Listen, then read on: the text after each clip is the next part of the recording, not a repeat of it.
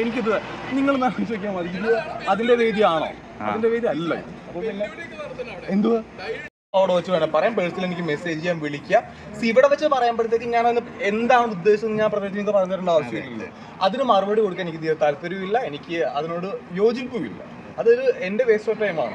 പിന്നെ എൻ്റെ ജീവിതത്തിലെ ഏറ്റവും ഏറ്റവും ഇമ്പോർട്ടൻ്റ് ആയിട്ടുള്ള കാര്യമാണ് മറ്റന്നാൾ നടക്കാൻ വേണ്ടി പോകുന്ന എൻഗേജ്മെന്റ് ആണ്. അപ്പോൾ ഞാൻ മെയിനായിട്ട് കോൺസെൻട്രേറ്റ് ചെയ്യുന്ന ആ കാര്യത്തിനകത്താണ്. അപ്പോൾ ഹാപ്പി ആയിട്ടിരിക്കുക എന്നുള്ളതാണ് എൻ്റെ ഉദ്ദേശം. ഞാൻ അങ്ങനെ നിൽക്കുന്നു ഇപ്പോൾ. ഓക്കെ